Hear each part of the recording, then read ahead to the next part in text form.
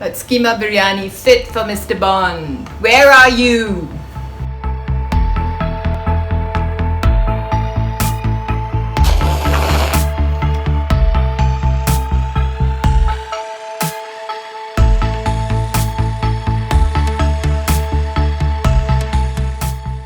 Today let's talk about recycling food with leftovers so that there's zero wastage.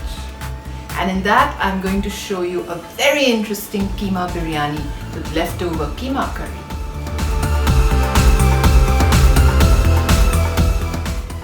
And if you use those bones in the keema curry, it makes your keema curry much more meaty and flavorful. And of course, when you have the leftovers and you make biryani with it, that biryani is also so much more flavorful. I'm just going to assemble everything over here and show you how to mix the keema with your rice, and then we shall go and put it on the fire. I've taken 2 of these measures of rice. It's been washed and drained. And here is my keema curry leftover. See that bone? So I'm going to take the bones out first, place them in the rice.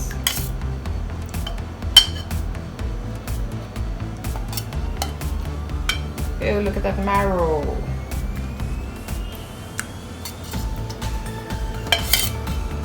And now I am going to measure out the liquid, which also has the keema. So I have 2 measures of rice. I need 4 measures of this.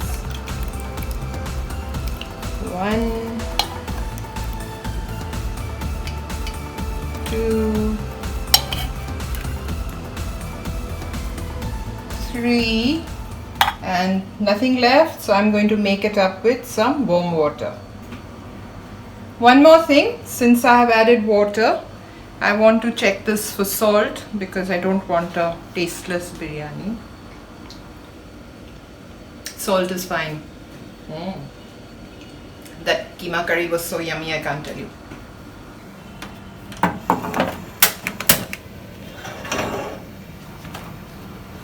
There's no need to stir this. Don't want the rice grains to break. Just give it a shake and wait.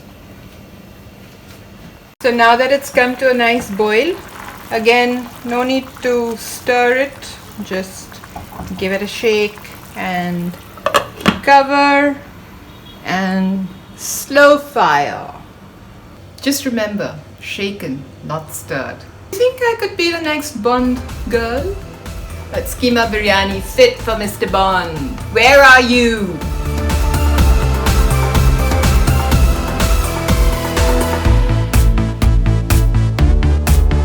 Let me tell you how to buy your keema so that with leftovers you can make keema biryani.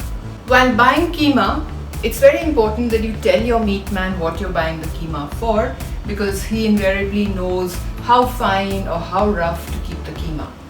Secondly, it is better to ask for a cut of meat. So say you ask for a leg, the ran or the shoulder, and then tell him, take the meat off, make keema with it and give me the bones separately. That way you're getting your keema, you're getting the bones, and you're getting value for money. The reason it's important to get the bones is you can do a whole host of things with it. It adds a huge amount of flavor to your keema. You can make stock, you can make nalli nihari, you can do all sorts of things with those lovely bones. So the water has dried up quite a bit. Now is when I'm going to add this beauty.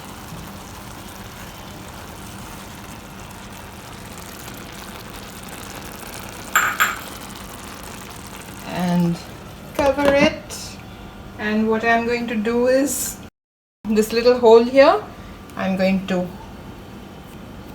shut it because I don't want my beautiful saffron blowing out.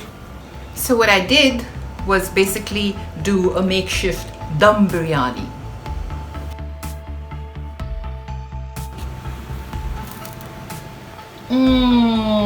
Heaven.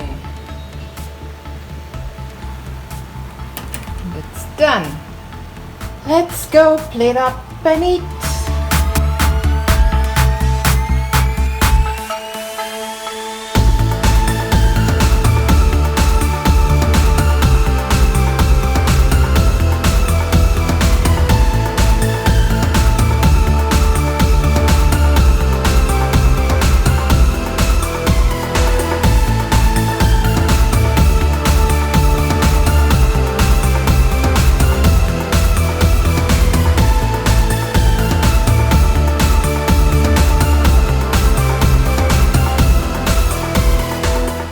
So nice khila khila chawal.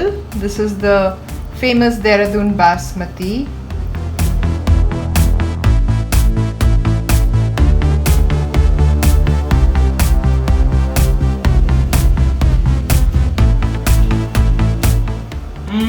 Oh my god. I am not gonna stop eating this. Amit had better go and order himself some lunch. Maybe some vada pav he can have. Well, I have keema biryani. Yummy. Recycling doesn't necessarily mean making a hodgepodge with everything that's there in your refrigerator. It can actually be very exciting, and you can discover new recipes and try out new things, because after all, you can tell yourself, this is leftovers, I can do whatever I want with it. So I hope this was helpful for you. Do try the keema biryani or any leftover meat biryani that you might want to. And do make sure that when you go to buy your keema next time, you use the tips that I told you. And we'll be coming back with a whole lot of other recycled food ideas for your pleasure.